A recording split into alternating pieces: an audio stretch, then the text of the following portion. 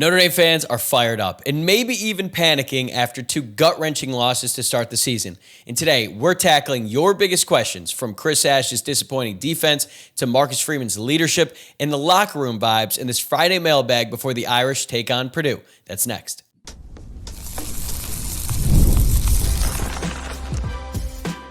You are Locked On Irish, your daily podcast on the Notre Dame Fighting Irish. Part of the Locked On Podcast Network, your team every day. What is up? Welcome in. This is Locked On Irish, your daily Notre Dame podcast. I'm your host, Tyler Wojciak. I'm a Notre Dame alum, producer at Fox Sports, and I've been covering the Irish since 2020. It's Friday, September 19th, so happy Friday to you, and thanks for getting your game weekend started right here by making this your first watch or listen of the day. Quick reminder to subscribe to the YouTube channel or follow along wherever you get your podcasts. And this episode is brought to you by Mazda. Like our players, we sweat every detail because when you make every move count, pulling off the unexpected is only the beginning. Stay tuned later for highlights in this week's Moving the Game Forward. Mazda, move and be moved. All right, it is time for the Friday mailbag, and I've got to say, you guys absolutely brought it this week. This is by far the most amount of questions I have ever received for a single mailbag episode, and I tried to include as many as I could. Not surprisingly, the vast majority were about Chris Ash and the demise of the Fighting Irish defense under his watch. We'll dive into what's gone wrong on that side of the ball and whether Marcus Freeman should stick with Chris Ash or make a change. And then we'll discuss the culture and the vibes around the program lately after the 0-2 start. And we're going to close it out with a couple of positive questions that should give people some hope before the Irish take on Purdue tomorrow. We have got a lot to get to, so let's dive in. This first one, at Be Less Wrong 422, a staple of the mailbag. They ask, how long do you think Marcus Freeman will stick with Chris Ash? Also, is there really no alternative for Christian Gray? I'll just knock the Gray one out real quickly. Not really. I mean, did you see Mark Zachary come in last week? Immediately got burnt. Notre Dame has Leonard Moore and they have Christian Gray, and Leonard Moore is listed as questionable this weekend, so we'll see what happens tomorrow, but that's really what they got, and we've seen Christian Gray perform well in the past. We have not seen it this season, but as for the first part of this question, how long will Freeman stick with Ash? Things would have to get really bad for Chris Ash to be fired in the middle of his first season, and I don't think anyone wants that, even though a lot of people are already, ready to see Chris Ash hit the door, but Notre Dame would probably have to lose to Arkansas and USC, and they'd have to give up like 40-plus points in both those games before Marcus Freeman is going to fire his defensive coordinator halfway through the seasons. And look, I know a lot of fans want him to be fired today. I get the frustration. The defense is the reason that Notre Dame lost against Texas A&M, and considering what this group did last year, I mean, the drop-off is truly insane. But think about Marcus Freeman and his first year as a defensive coordinator at Notre Dame. His unit gave up 38 points and 442 total yards to Florida State in his first game as the defensive coordinator. They got absolutely shredded in that game, and you could even see Marcus Freeman getting chewed out by Brian Kelly on the sidelines. That Seminoles team finished 5-7 that year. Then Marcus Freeman's defense gave up 23 points to Toledo the following week in the home opener. And even though that's not that many points, they just could not come up with any big stops, and they honestly should have lost that game at home. That Notre Dame defense did not really hit their stride until the end of September, when Graham Mertz just kept throwing interception after interception and interception in Soldier Field. And this is after Notre Dame had a top 20 defense in the year before in 2020. It's one of the main reasons why they were able to go undefeated in the regular season and make the college football playoff that year. They returned a lot of key starters, but they were just straight up bad out of the gate. And to be clear, I'm not excusing Chris Ash and what he has done so far at Notre Dame. It's absolutely unacceptable. But considering what Marcus Freeman went through in his first season as a defensive coordinator, I think he's going to be more patient. That's how most coaches are. And like I said earlier in this week, if Marcus Freeman really fired his DC after 2 games, especially after they went up against 2 top 10 opponents, that would set a very bad precedent to other coaches across college football. They would take notice, and I don't think that they would be as inclined to come to Notre Dame if they consider the leash to be that short. But that leads me to my next question, which comes from @ConnorCross17, who wonders, when will Marcus Freeman step in and take over the defense, or do you think he'll let it be? Well, Freeman mentioned in his press conference on Monday that he was going to be more involved with the defense this week, and I think that should make some Notre Dame fans feel better. That being said, I don't want him or expect him to take over play calling duties on defense. Like, he already has so much on his plate as the head coach. Calling a game would probably have a negative effect. The last coach to win a national championship in college football while calling his team's plays was Jimbo Fisher back in 2014. Usually it's on offense, right? Like, Ryan Day gave up play calling duties at Ohio State when he hired Chip Kelly, and they won the national championship in his first year. Day admitted that it was a difficult thing to give up. He liked calling plays. He had done it for years at Ohio State, but he knew he needed to make that move. Defensively, Mike Elko is a top defensive mind in the sport. He took over play calling duties over Jay Bateman after the first season together. Bateman is still on staff, but Elko was calling the plays, and he was calling the plays last week when Notre Dame absolutely shredded that defense. So I don't think that's the answer here. Marcus Freeman needs to be more involved in the game planning during the week. I think he has been. I hope that he went into the meeting room on Sunday and was like, we need to get rid of everything. We need to go back to the basics, what we're good at, and stick to it. And he might be a little bit more vocal about calls during the game. But if it comes to a point where he decides to fire Chris Ash in the middle of the season, I would rather him give Mike Mickens the opportunity to call plays just to see if he's up for it. Because if you're firing your DC in the middle of the season, you probably lost 3 or 4 games. What do you have to lose at that point? You could at least see what you have in Mike Mickens as a defensive play caller. All right, next one. Carlos Garzat, 7061, wonders, why doesn't Marcus Freeman call out Chris Ash like he did with the captains? This is something that I talked about earlier in the week on the show. Marcus Freeman really called out his captains after the game on Saturday night and put a lot of pressure on them to get the team right and fix some bad habits. And obviously he's looking inward as well. He's going to look at himself and the coaching staff. But I think it's fair to be on the leaders as well. They have to be problem solvers for Notre Dame. And so far they haven't solved enough problems. And I don't know for a fact that Marcus Freeman called out Chris Ash in a similar way, but I feel pretty damn confident that he did. He just did it behind closed doors, which is what he did with the captains as well. John Bryce from Football Scoop just reported it. Marcus is not and should not ever going to throw his staff or players under the bus publicly, but we know, based on all kinds of eyewitness accounts, that Marcus Freeman can be extremely hard on players, and he is the same with his coaching staff.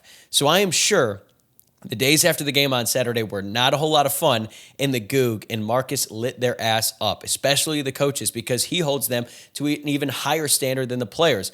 I would be more concerned about this group and this team and their future if he did come out to the media and trashed Chris Ash, even though we'd all probably agree with the message. You simply cannot do that. That does not inspire confidence. That does not motivate your staff. That does not motivate your team. You need everyone to be rowing in the same direction, so he's not going to do that publicly. And Ash might not have a great sense of how to coach a college football defense right now, but he does understand the stakes. He understands the expectations of this job. So he knows if he doesn't figure it out quickly, he's going to be out the door.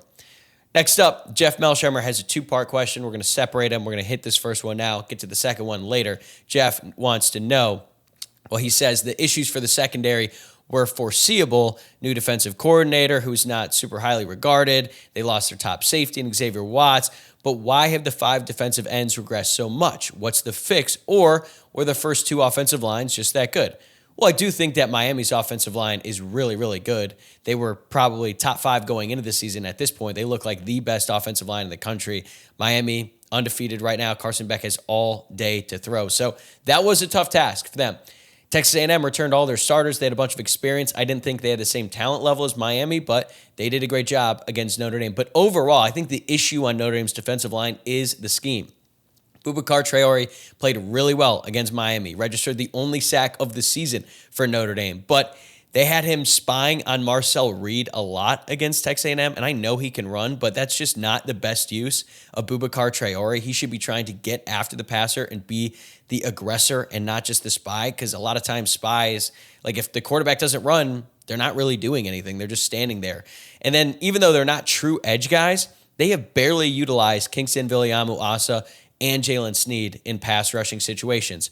KVA has had 20 opportunities through 2 games. Sneed has only 9 true pass rush opportunities through 2 games. That doesn't make any sense to me. Those guys were way too good to be, I guess, conserving them. I don't really know, but they should be getting after the passer more. And then going back to the edge rushers, I mean, Josh Burnham is clearly dealing with an injury. He only played 3 snaps against Texas A&M. He's been dealing with a groin injury. Saw him kind of walking off gingerly against Miami. He hurt it in August during preseason camp, and I just don't think he's been healthy at all this year. So I don't think he's regressed. I just don't think he's healthy. The same can be said about Jordan Botelho.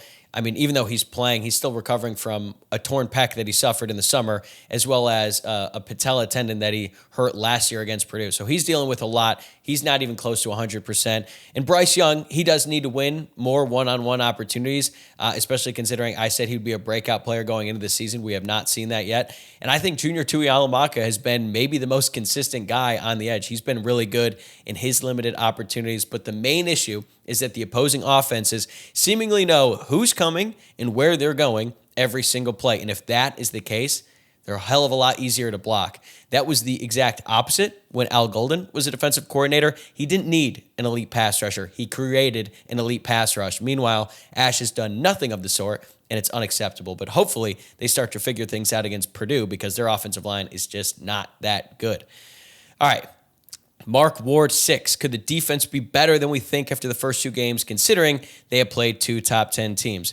Look, Mark, I sure hope so. If you think about it, they weren't that bad against Miami. I mean, C.J. Daniels made an unreal catch for a touchdown, and the first touchdown was just a great play by Carson Beck, rolling out to his left, found Malachi Toney downfield. Seems like there was some confusion there in coverage.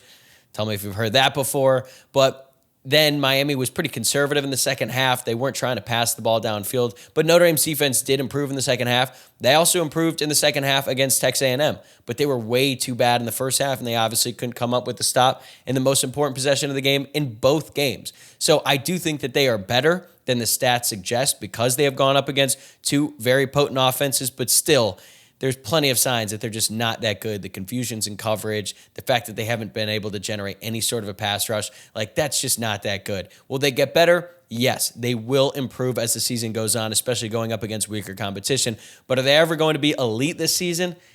I highly doubt that.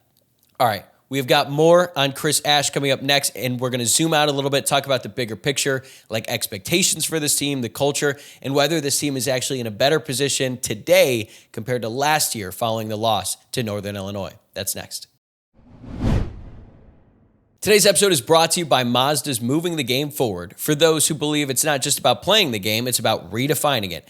There are moments that do more than put points on the board. They move crowds, move culture, and keep moving the game forward.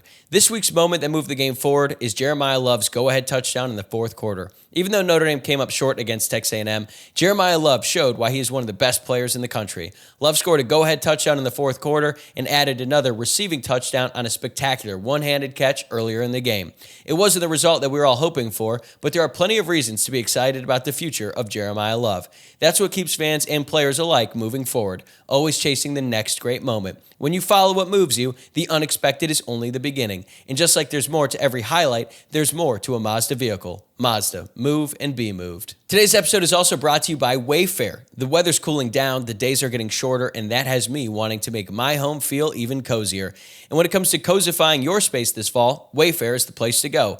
Wayfair has everything you need to set the mood for the season, whether it's comfy recliners, warm bedding, autumn decor, or even an espresso machine so you can make your favorite latte at home. What I love most is the variety. Wayfair has options for every style and every budget, so you don't even have to compromise. The delivery is fast, free, and hassle-free, which makes a huge difference when you're refreshing your home. It's the perfect time to set up your home for fall so you can enjoy cozy nights in with family and friends. Cozify your space with Wayfair's curated collection of easy, affordable fall updates. From comfy recliners to cozy bedding and autumn decor, you'll find it all for way less at Wayfair.com. That's Wayfair.com. Wayfair, every style, every home. All right, we've got 2 more questions on Chris Ash, and then we're going to get to some other stuff like the big picture. But CGH7337 asks, why did Freeman hire Chris Ash in the first place? What about his resume wowed him? I think this is a great question, and a lot of us would love to know the answer. I know that Freeman knew Chris Ash from his connections to Ohio State. Chris Ash was the co-defensive coordinator with the Buckeyes from 2014 through 2015. They won a national championship that year. Ash was the co-DC with Luke Fickell, who was Marcus Freeman's mentor at one point in time. So there is the connection. But for why he hired him for this specific job, Marcus Freeman has never said this verbatim, but I think in his mind, he looked at Ash as Al Golden 2.0 because he considers Chris Ash a strong defensive mind with head coaching experience at college who spent the last few years in the NFL and could bring those concepts with him to the college game. But here's the difference, or differences, I should say. Well, for one, Al Golden was actually a good coach and a decent head coach. He turned Temple around from a 1-11 program to a team that won 17 games his last 2 seasons. It didn't work out when he was the head coach at Miami, but he walked into a terrible situation with the Hurricanes. They were dealing with scandals and scholarship limits and all kinds of sanctions from the NCAA. So it didn't work out, but then he went to the NFL and was having some success. He was the linebackers coach on a team that played in the damn Super Bowl. He was a linebackers coach with the Bengals during that year and was having a really good career in the NFL as an assistant, but then he came over to Notre Dame to become the defensive coordinator. Meanwhile, Chris Ash was one of the worst head coaches ever. Literally, that's not an exaggeration. He went 8-32 in 3+ seasons at Rutgers, including a 1-11 season in his 3rd year with the program. Al Golden had a 1-11 season in his first year at Temple. That's because of what he inherited. Chris Ash and whatever he was building at Rutgers, they went 1-11 in year 3. Not great, Bob. Then he spent 1 season with Texas as the defensive coordinator later on, and he got let go with Tom Herman's entire staff. Then he went to the Jaguars to be Urban Meyer's defensive backs coach during that season. Didn't really go super well for Urban Meyer and the boys in Jacksonville, so then they got let go. Then he went to the Raiders for 2 years as the defensive backs coach there. Then he got demoted again, became a pro scout for the Jaguars last year. Not a coach, a scout. So when Freeman hired him, I'm like, what? But I could see his line of thinking and what he wanted with Al Golden, a defensive-minded guy, head coaching experience, had been a defensive coordinator on a successful team, but it still felt like a big risk considering Chris Ash has not been part of a successful football team since 2014, 2015. And it just didn't feel as good as Golden's, but I was willing to give Marcus Freeman the benefit of the doubt because Al Golden wasn't necessarily a top candidate according to most people, and it worked out great. But I was skeptical, but I felt like, you know what, we're going to see what Marcus Freeman can do here because he's had some other really good hires. I mean, he hired Jaywan Sider this offseason. That was an absolute steal from Penn State. But look, good coaches make bad hires. Even the best coaches can make bad hires. But this looks like a terrible hire so far. We'll see if it can get better. And then at Indy Lunchbox asked, would it be crazy if Notre Dame fired Ash and hired Coach Brent Pry, who seems more aligned with Al Golden's blueprint? If you don't know, Brent Pry was the head coach at Virginia Tech for the past few years, just got let go. And if Ash does end up getting canned, I think Brent Pry would be a great candidate. It didn't work out for him as a head coach, but you see it all the time when good coordinators aren't good head coaches. And Brent Pry was a very good defensive coordinator at Penn State from 2016 through 2021.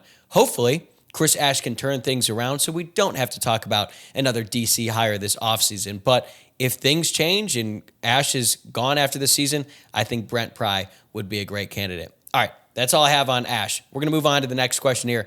Dustin Vyers asked, were our expectations too high for the players going into the season? It also feels like the culture that was so strong last year is crumbling quickly. How did that happen? Okay, as for the culture piece, I think that's a little bit overblown.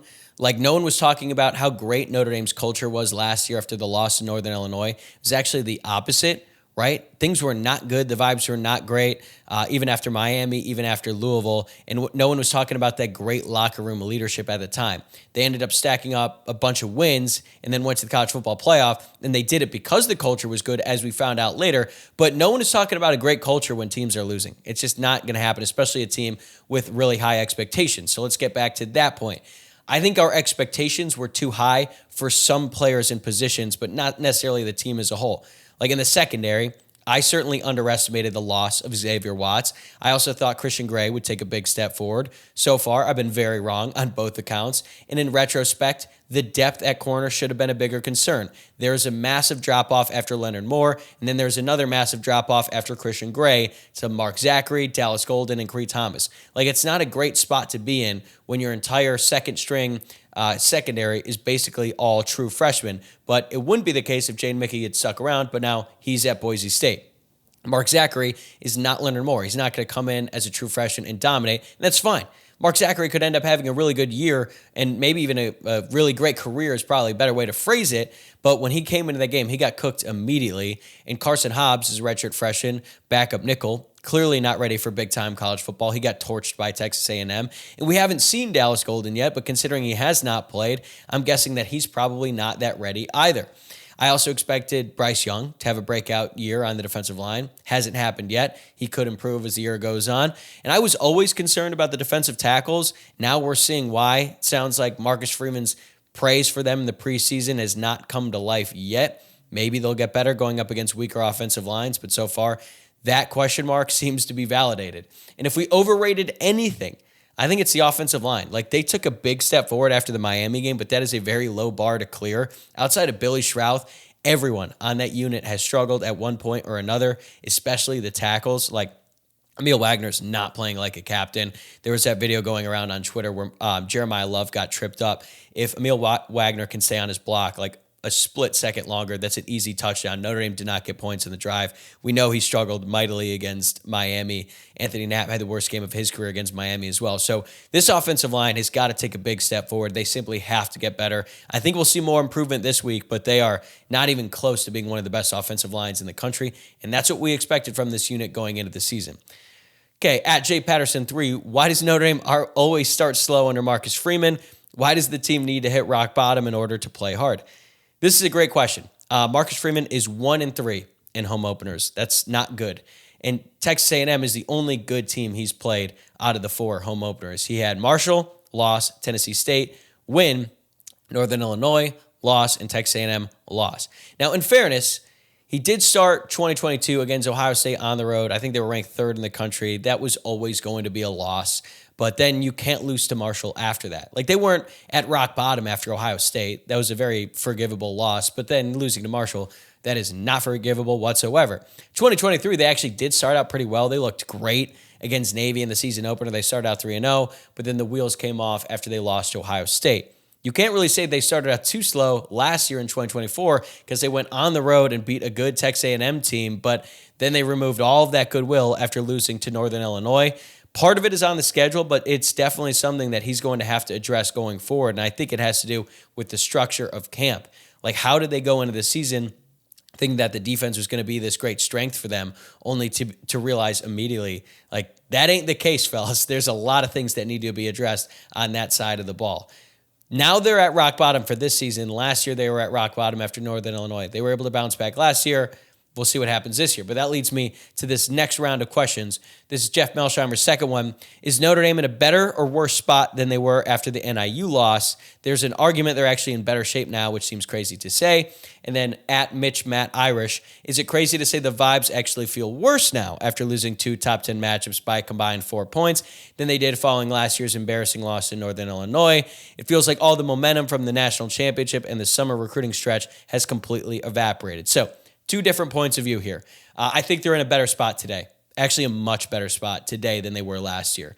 Even though there's some doubt about whether a 10-2 team would make the college football playoff, the more I think about it, the more I think they actually would make it. But think about it. Last year, after the loss to Northern Illinois, they were a complete laughingstock around the country.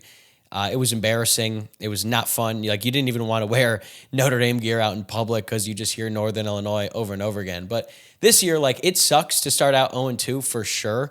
But I have seen a lot of national college football analysts talk about Notre Dame lately, and most of them are pretty high on the Irish. That was not the case last year. They were, digging their graves, writing the obituary for Notre Dame football after the loss to Northern Illinois.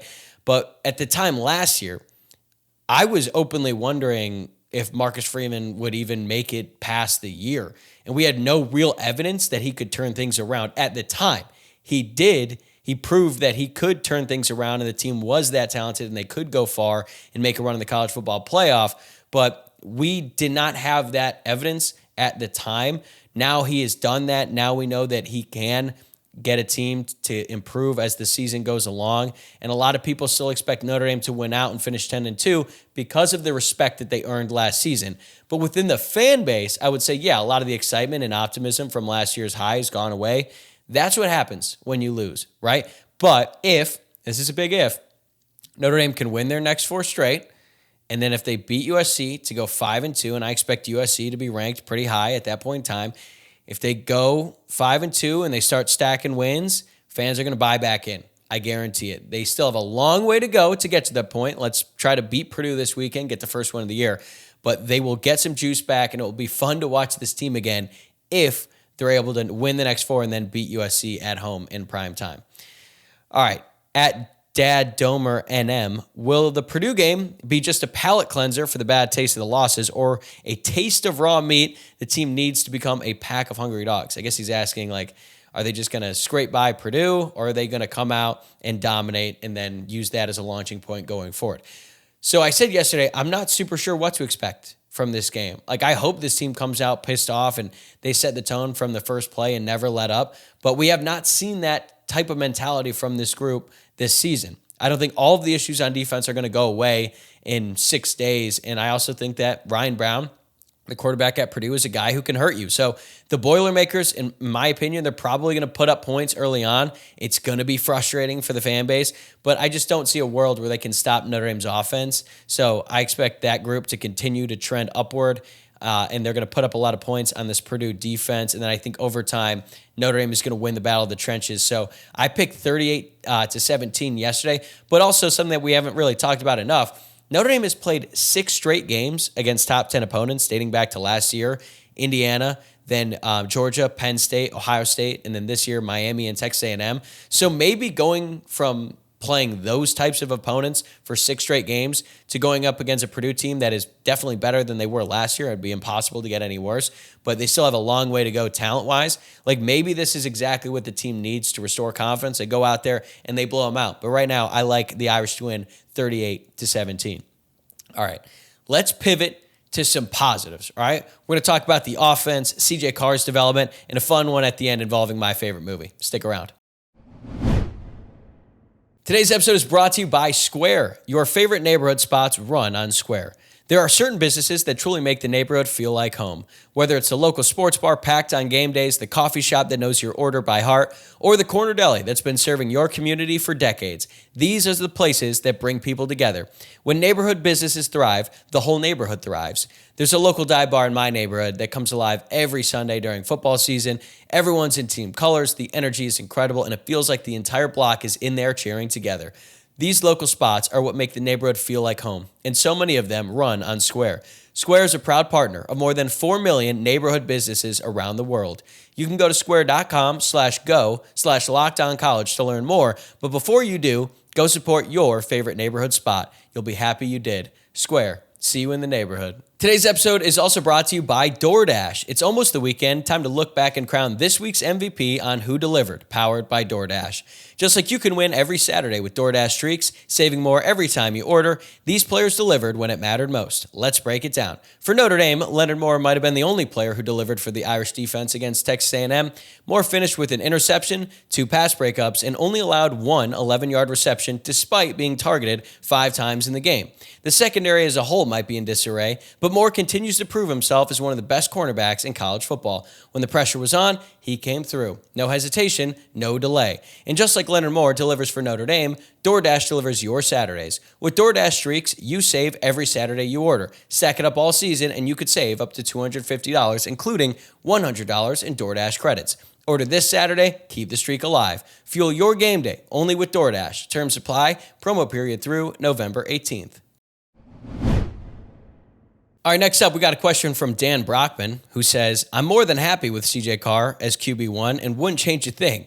But do you look at the year Angeli is having and wonder, what if? Not for a second. Nope, not at all. Notre Dame would still be 0-2 with Steve Angeli at quarterback, and you would not be building something forward on offense, right? With CJ Carr, even though he's struggling a little bit, you can kind of see the vision. You know that every rep that he takes out there every Saturday matters. And if he continues on this trajectory, he's going to be really good. Like, he is not the issue on this team. Has he been perfect? No. He missed a couple guys who were open in the game against Texas A&M. He obviously had the bad interception against Miami, but he's been playing well, and he's getting a lot better. And if he continues on this trajectory, like by the end of the year, he could be very, very good. And look, I saw the stat going around that Steve Angeli has the most passing yards in the country. That is true. He has also attempted 125 passes through 3 games. So he's throwing the ball over 40 times a game. And he's not going up against good teams. They played Tennessee week 1, and they were good. He got dominated in that game. They never had a chance to win that one. They were down big early, and then he got some yards because Tennessee was playing prevent defense. And then against UConn in week 2, he was playing terribly to start the game. I was watching that. It was gross. Syracuse fans were calling for him to get benched in the second half of that game. And credit to him, he was able to mount a comeback to beat UConn. But we're talking about UConn football here, not the basketball team. All right, he was not that great. Then he went out and he threw for nearly 400 yards against Colgate. So credit to him, man. He's in an air raid offense. He can sling the ball around, but they're not playing good opponents. And I can assure you that if he played against Miami and Texas A&M, he would not have the most passing yards in the country. So I'm very happy with CJ Carr, his development. I think he's only going to get better from here. And this could be a big weekend for him going up against Purdue. First time he's faced a defense that, isn't awesome like these past couple have been, or they don't have a great coach leading the way over there. So no, do not miss Steve Angeli. There was a reason why he left. He knew that he was not as good as Carr or Kenny Minchey. Notre Dame is in good hands at quarterback right now. All right, next question. This is from Dan Benson, my guy. Also got to give a shout out to his fiance, Emily. Emily, got to hand it to you. You guys won. Dan and Emily lost a bet, so she gets a shout out on the show. Well deserved, because the Aggies beat Notre Dame. But Dan says, on a positive note, he feels like Notre Dame has gotten some good things from offensive skill players not named CJ Carr or Jeremiah Love, like Jadarian Price, like Eli Raridan, like Malachi Fields and Jordan Faison. What have you seen from those guys? Look, man, I would agree. The skill players have been pretty good this year. Love and Price had one of their best games against A&M individually and as a duo. Like, that is the type of play you want to see from Jadarian Price, especially after he got benched in the first game of the season. He could be really dynamic. I think we're going to see a lot more of Jadarian Price against Purdue because they're going to have to conserve Jeremiah Love a little bit because he just touched the ball. He took so many hits against A&M. But Eli Raridan also stepped up after a pretty up-and-down game against Miami. Yes, he had that one big reception, but I thought overall he was okay against Miami this week. Is the leading receiver for Notre Dame, 4 catches, 85 yards. I'd like to see him get in the end zone, like put his foot down and just run as hard as he can. He was a little bit better this week compared to Miami when he looked confused as hell running the ball, but I also thought he was a lot better blocking, especially when Notre Dame was running ISO with Jeremiah Love.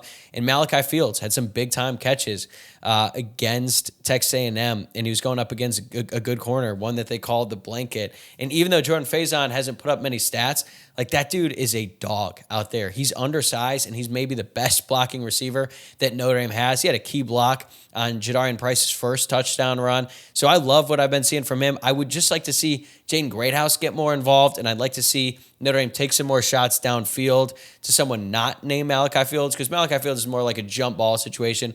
Like, I want to see Jordan Faison or Jaden Greathouse streaking down the sideline, and then CJ Carr hit him in stride so that they go on to score a touchdown. But yeah, the skill players, and I think the offense overall is something to get excited about. But yeah, they got to figure things out on the other side of the ball. All right, last question. Love this one. Comes from @Danny Feldmeyer. Which 1988 Permian Panther would right the ship for this Irish team? He actually asked this last year as well. So we're revisiting this question again. This is in reference to the movie in the book, Friday Night Lights, for those uninitiated. And the answer is easy. It's Ivory, Preacher Man Christian. I think that's the answer I gave last year. Can you imagine if Ivory Christian gave that same halftime speech that he gave at halftime against Dallas Carter in the state championship when Notre Dame was down against A&M last week, or when they were down against Miami in the season opener? I can assure you they would not have lost whichever game he gave that speech in. That scene still gives me chills. Friday Night Lights, the movie, is so much better than the TV show, and I like the TV show. I watched it, really enjoyed it, but that movie is the best football movie out there. I don't even think it's a hot take, honestly. And yeah, I love Rudy too, but Friday Night Lights is one of one. If you have not seen the movie, cancel your Friday night plans and watch it tonight. I literally watched it, I think it was like last week or maybe the week prior to that with my girlfriend. It was the 200th time I had seen it, give or take. It was her first time, and she's not a football person. She cried, okay? So it's the best football movie ever, hands down. Go check it out, Irish fans. You'll understand this reference. And before I let you go, be perfect. All right, that's going to do it for today's mailbag episode. Thank you again for making this your first watch or listen of the day and tuning in all week long. I really appreciate your support.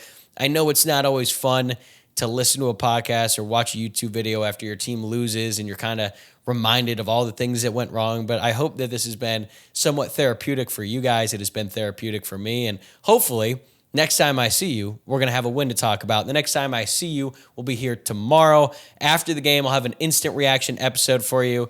Like I said, hopefully we're going to have a win. Make sure that you subscribe to the show on YouTube, follow in your favorite podcast app, like the video, leave a rating or review. I appreciate it all. Until then, enjoy the game and go Irish.